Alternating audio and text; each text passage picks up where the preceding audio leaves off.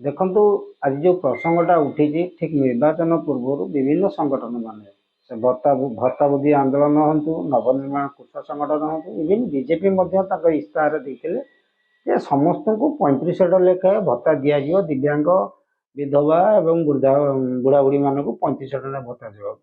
ସେଇ ଅନୁଯାୟୀ ଭୋଟ ମଧ୍ୟ ଜିତିଲେ। କିନ୍ତୁ ମୋହନ ଯେଉଁ କଥା ଦେଇଥିଲେ କଥା ରଖିଲେନି ମୋହନ। କାହିଁକି କଥା ରଖିଲେନି ଆମେ ଏକଥା କହୁଛୁ। ଦେଖନ୍ତୁ ସୂଚନା ଅଧିକାର ଆଇନରେ ଆର୍ଟିଆଇରେ ମୁଁ ଜାଣିବାକୁ ଚାହିଁଥିଲି ଯେ କେନ୍ଦ୍ରାପଡ଼ା ଜିଲ୍ଲାରେ କେଉଁ ବ୍ଲକରେ କେତେ ବ୍ୟକ୍ତି ଏବେ ବି ଅଛନ୍ତି, ବୃଦ୍ଧା ଅଛନ୍ତି ଯାହାର 80 ବର୍ଷ ପ୍ଲସ୍ ହେଇଯାଇଛି, କି ଦିବ୍ୟାଙ୍ଗ ଅଛନ୍ତି ଯାହାର 80%ରୁ ଉର୍ଦ୍ଧ୍ୱ ଅଛି, ସେମାନେ ପାଉନାହାନ୍ତି ବୋଲି। ଆଉ ଯେଉଁ ଆର୍ଟିଆଇରେ ଯେଉଁ ତଥ୍ୟ ମହାକାଳପଡ଼ା ବ୍ଲକ କାର୍ଯ୍ୟାଳୟ ଯେଉଁ ତଥ୍ୟ ଦେଇଛନ୍ତି ଆମର ଲେଟର ନମ୍ବର 2868ରେ 25/8/2025ରେ ଦେଇଛନ୍ତି, ଯେଉଁ ତଥ୍ୟ ସ୍ପଷ୍ଟ ଭାବରେ କହୁଛି ଯେ ଆମର ଯେଉଁମାନଙ୍କର ବୃଦ୍ଧ 80%ରୁ ଅଧିକା ଯେଉଁମାନେ ବୁଢ଼ାବୁଢ଼ୀ ଅଛନ୍ତି, 80 ବର୍ଷରୁ ଅଧିକା, ସେମାନଙ୍କ ଭିତରେ ପ୍ରାୟ 391 ଜଣ ବୃଦ୍ଧ ବୃଦ୍ଧାଙ୍କୁ ଏପର୍ଯ୍ୟନ୍ତ 35,000 ଟଙ୍କା ମିଳିପାରିଲା ନାହିଁ। ସିମିଲାରଲି ଯେଉଁ ଦିବ୍ୟାଙ୍ଗ ଅଛନ୍ତି 144ରୁ ଅଧିକ ସଂଖ୍ୟକ ଦିବ୍ୟାଙ୍ଗ ଅଛନ୍ତି, 80%ରୁ ଉର୍ଦ୍ଧ୍ୱ ଯେଉଁମାନେ ଦିବ୍ୟାଙ୍ଗ, ତାଙ୍କୁ ମଧ୍ୟ 35,000 ଟଙ୍କାରେ ମୋହନ ସରକାର ଏପର୍ଯ୍ୟନ୍ତ ଆଡ଼୍ କରିପାରିଲେ ନାହିଁ। ଯଦି ଗୋଟିଏ ବ୍ଲକରୁ ଏତିକି ହେଉଛି, ଗୋଟିଏ ଜିଲ୍ଲାରେ କେତେ ହେଇଥିବ, ଆଉ ରାଜ୍ୟ ସାରା କେତେ ଲୋକ ବର୍ଚ୍ଚିତ ଅଛନ୍ତି ଏ ବାବଦରେ। ତେଣୁ ମୋହନ ସରକାର କେବଳ ଫଟୋରେ ରହିଯାଇଛନ୍ତି ବୋଲି ମୋର ସନ୍ଦେହ ହେଉଛି। କେବଳ ଘୋଷଣାରେ ରହିଗଲେ, ପ୍ରାକ୍ଟିକାଲି କାଗଜ କଲମରେ କାହିଁକି ଏ ଯୋଜନାଟା ଇମ୍ପ୍ଲିମେଣ୍ଟ ହେଲା ନାହିଁ। ବ୍ଲକ ଲେବୁଲରେ ପ୍ରୋବ୍ଲେମ୍ ରହିଲା, କି ଜିଲ୍ଲା ଲେବୁଲରେ ପ୍ରୋବ୍ଲେମ୍ ରହିଲା, କି ରାଜ୍ୟ ଲେବୁଲରେ ପ୍ରୋବ୍ଲେମ୍ ହେଲା, କିଛି ନାହିଁ। ଖାଲି ଗୋଟେ ଲମ୍ବା ଭାଷଣ ଲେଖିଲେ, ଖାଲି ବିଜ୍ଞାପନ ଦେଲେ, କଥା ଦେଇ କଥା ରଖିଲେ ମୋହନ।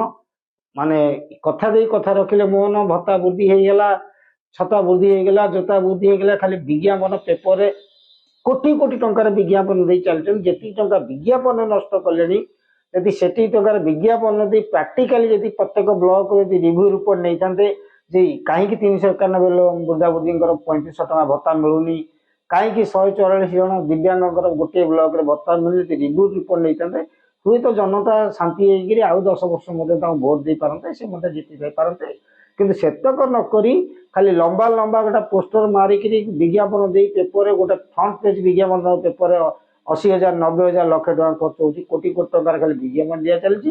କଥା ଦେଇ କଥା ରଖିଲେ ମୋହନ। କିନ୍ତୁ ଆମେ ଏଇଠି କହିବାକୁ ଚାହୁଁଛୁ, କଥା ଦେଇ କଥା ରଖିଲେନି ମୋହନ। ବୁଢ଼ାବୁଢ଼ୀକି ଭଣ୍ଡେଇଲେ, ଦିବ୍ୟାଙ୍ଗକୁ ଭଣ୍ଡେଇଲେ। ଏ ପର୍ଯ୍ୟନ୍ତ ଯଦି ଗୋଟାଏ ବ୍ଲକରେ ଏତେ ଲୋକ ବାହାରୁଛନ୍ତି, କେନ୍ଦ୍ରାପଡ଼ା ଜିଲ୍ଲାରେ କେତେ ବାହାରିବେ, ଆଉ ଏ 30ଟା ଜିଲ୍ଲାରେ କେତେ ବାହାରିବେ, ଯାହା ତଦନ୍ତ ସାପେକ୍ଷ ଏବଂ ତଦନ୍ତ କରିବାର ବର୍ତ୍ତମାନ ଆବଶ୍ୟକତା ଆମେ ପଡ଼ିଯାଇଛି। ତେଣୁ ମୋହନ ମାଝୀ ପ୍ରାକ୍ଟିକାଲିକି ଆସନ୍ତୁ। ଘୋଷଣା କରିବାକୁ ଟ୍ୟାକ୍ସ ଲାଗୁନି ଏକଥା ଆମେ ଜାଣିଛୁ, ସମସ୍ତେ ମଧ୍ୟ ଜାଣିଛନ୍ତି। ତେଣୁ ଆପଣ ଯେଉଁ ଘୋଷଣା କରୁଛନ୍ତି, ସେ ଘୋଷଣାର ବାସ୍ତବିକତା କ'ଣ, ହାଉ ପାୱାର ଆପଣମାନେ ସକ୍ସେସ୍ ହେଇଛନ୍ତି, ସେ ଘୋଷଣା ଅନୁଯାୟୀ କାମ କରୁଛନ୍ତି, ସେ ସକ୍ସେସର ପରିମାଣଟାକି ଆପଣ ଟିକେ ଯାଞ୍ଚ କରନ୍ତୁ। ଯଦି ଆଗକୁ 5-10 ବର୍ଷ ସରକାର କରିବାର ଅଛି, ନହେଲେ ଏମିତି ଫଟୋରେ ଫଟୋ ହେଇଯିବେ ମୋହନ ସରକାର। ଖୁବ୍ ନିକଟରେ ପଞ୍ଚାୟତ ନିର୍ବାଚନ ଆସୁଛି ଆଗକୁ। ଏ ଘଟଣାକୁ ନେଇକରି ମଧ୍ୟ ଆମେ ଯେଉଁମାନେ ଭତ୍ତା ବୃଦ୍ଧି ଆନ୍ଦୋଳନରେ ଥିଲୁ, ଏବେ ବି ଏ ଘଟଣାକୁ ନେଇ ପଞ୍ଚାୟତ ନିର୍ବାଚନ ଆସିବ, ତ ଏ ଘଟଣାକୁ ନେଇକରି ଆମେ ପ୍ରତ୍ୟେକ ପଞ୍ଚାୟତରେ ପହଞ୍ଚିକି ଘରେ ଘରେ ବାଣ୍ଟି ଚାଲିବୁ। ଦେଖ କଥା ଦେଇ କଥା ରଖିଲେନି ମୋହନ।